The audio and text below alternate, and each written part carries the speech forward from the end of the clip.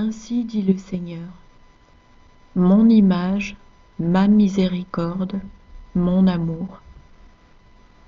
17 juillet 2006, de la part de notre Seigneur, notre Dieu et Sauveur. La parole du Seigneur adressée à Timothée, pour Timothée et pour tous ceux qui ont des oreilles pour entendre. Ainsi dit le Seigneur à son serviteur. Bien que vous transgressiez, je pardonne. Bien que vous désobéissiez, je reste fidèle. Et bien que vous trébuchiez et tombez, je vous redresse. Et quoique je vous abaisse, certainement vous serez glorifiés.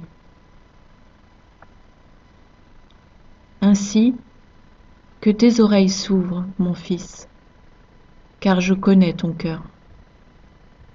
En toi, je vois un profond et insondable amour, le genre d'amour que je n'ai pas vu dans tes compagnons. Pour cette raison, je suis avec toi, et pour cette raison, je t'envoie. En effet, ton cœur demeure ouvert à moi. Tu n'es chargé par aucune des doctrines corrompues ou traditions immondes, et pas davantage tu n'as prêté allégeance à une quelconque foi ou dénomination inventée par l'homme. Donc, je t'ai choisi. Cependant, je te le dis, tu dois encore suivre le métronome de la force qui habite en toi. Fais-la émerger, Timothée. Embrasse cet amour que tu as pour moi. Car c'est par l'union avec le Messie que le pouvoir de Dieu sera établi en toi, l'Esprit, le Fils. En effet, celui dont la foi en l'unique Saint d'Israël est complète, sans place pour le doute, peut déplacer des montagnes. Donc, écoute et comprends. Il est écrit, vous êtes tous des dieux, car vous êtes des enfants du Dieu Tout-Puissant. Car vous avez été créés selon mon image, et êtes nés de l'utérus de votre mère. Et maintenant, vous êtes remodelés, nés de nouveau en esprit et en vérité, restaurés à la vie comme en premier lieu, sans reproche. Et pourtant, vous renaîtrez une troisième fois dans la gloire, lorsque le temps sera accompli. Alors, vous me connaîtrez vraiment, car vous me verrez tel que je suis. Si donc vous êtes nés de nouveau de l'Esprit, et que l'Esprit de Dieu vient vivre en vous, si vous demandez n'importe quoi en mon nom, cela ne vous sera-t-il pas accordé? En effet, ce le sera promptement, en accord avec la volonté de mon Père. Donc, je vous le répète, tous ceux qui vivent et respirent en moi, ayant reçu de ma richesse, peuvent faire n'importe quoi. Oui, rien ne sera impossible pour eux. Car par la foi inébranlable et la confiance totale, l'homme peut marcher sur l'eau. Mon fils, ne t'ai-je pas déjà montré ces choses? Doutes-tu de mes miracles parce qu'ils ont été ouvragés à travers des hommes? Mes serviteurs étaient des hommes comme toi, rien de plus, rien de moins. Rappelle-toi. Ils ont cru avec une foi constante et inébranlable, ne doutant de rien. Alors crois, Timothée, utilise ce que je t'ai donné. Je suis avec toi. Mon fils bien-aimé, mon image est dévoilée sur toi et en toi, et bientôt nous serons un. Pourtant, le monde a couvert tes yeux d'écailles, et le malin cherche constamment de nouveaux moyens de t'enchaîner. Timothée, j'ai mis l'onguent dans tes mains, les clés t'ont déjà été données. Libère-toi, car si le Fils t'a libéré, tu es effectivement libre en effet.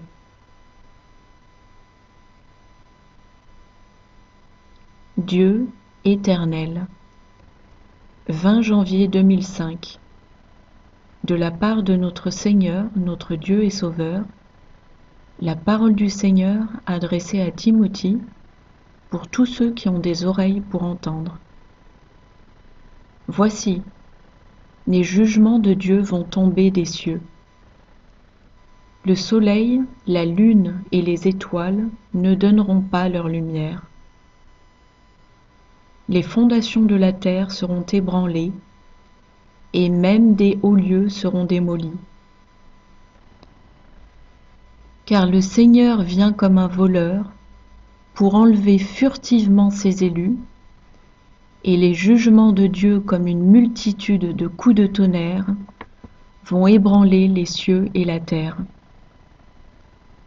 Pourtant, la multitude dit : quelle est l'interprétation donnée au jugement de Dieu ? Ces choses sont trop terrifiantes pour être vraies. Ainsi, dit le Seigneur, regardez toute la création. Ne dépasse-t-elle pas la compréhension des hommes ? Y a-t-il un homme capable de dénombrer les galaxies dans l'univers ou compter les étoiles qui s'y trouvent ? Et qu'en est-il de l'amour du Père accompli au travers du Fils de l'homme ? N'est-ce pas également au-delà de toute compréhension ? Raisonnez tous ensemble, ô Fils des hommes. Considérez l'œuvre de mes mains et regardez avec de nouveaux yeux et une vision restaurée, de sorte que vous voyiez la vérité. Car toutes les œuvres des hommes ne sont là que pour un moment, puis s'éteignent rapidement. Et ce qui reste, ne sera-t-il pas consumé par le feu le jour de la colère de Dieu ? Et la connaissance de l'homme n'est-elle pas de la folie à mes yeux, se réduisant à rien devant la lumière de ma gloire ? Ainsi donc, craignez le Seigneur votre Dieu, et acceptez la vérité de qui je suis. Car la crainte du Seigneur est le commencement de la sagesse, et la connaissance de Jésus seul est compréhension. Car moi seul suis Dieu.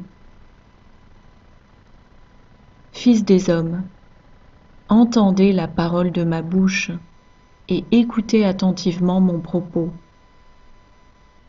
Si les œuvres puissantes de Dieu sont décomposées en simples paraboles, et que la parole de mon pouvoir est considérée uniquement comme des figures de style, ou des métaphores qui ont besoin d'être interprétées, alors vous êtes perdus, éternellement consumés par la discussion et la confusion.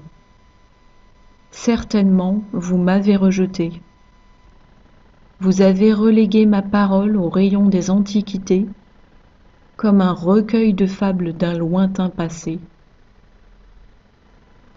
Et parmi les églises des hommes, ma parole est pervertie. Elle est déformée et abusée par ceux qui se sont établis comme une autorité.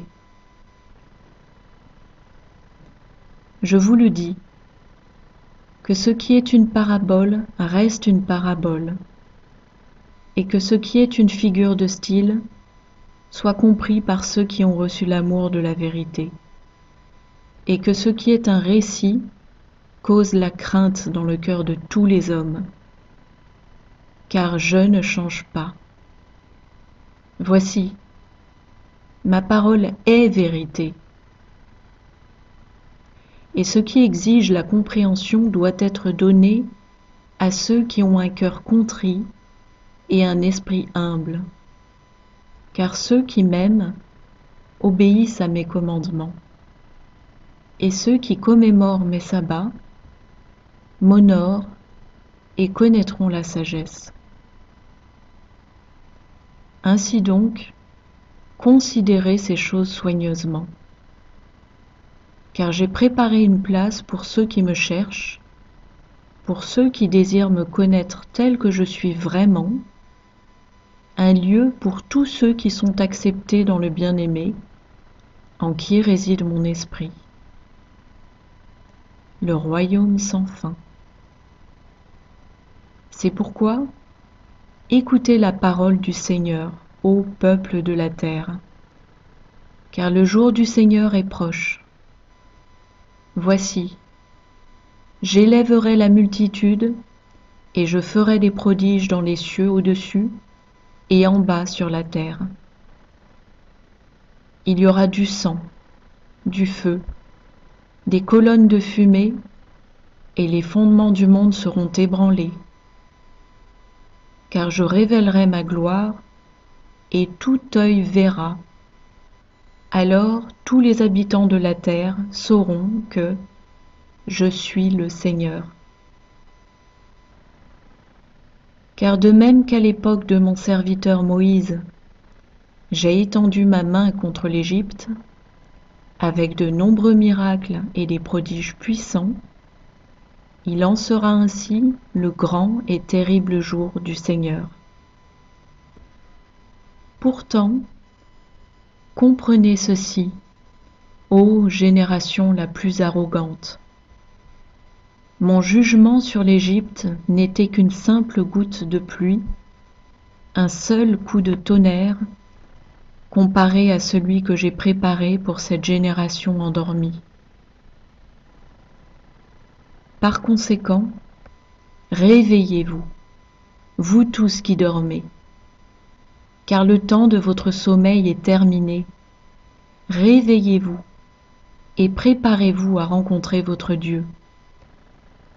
Repentez-vous et détournez-vous de ce large chemin que vous avez choisi.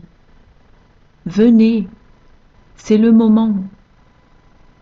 Humiliez-vous aux pieds du Saint d'Israël et embrassez le salut de Dieu. Car je suis et vous êtes en vie grâce à moi. En moi seul vous recevrez la vie éternelle. Je suis. Je suis le premier, voici, je suis aussi le dernier, créateur du ciel et de la terre. Celui qui connaît toutes choses, même dès le commencement. Celui dont le nom est écrit sur de la pierre éternelle. Dieu éternel.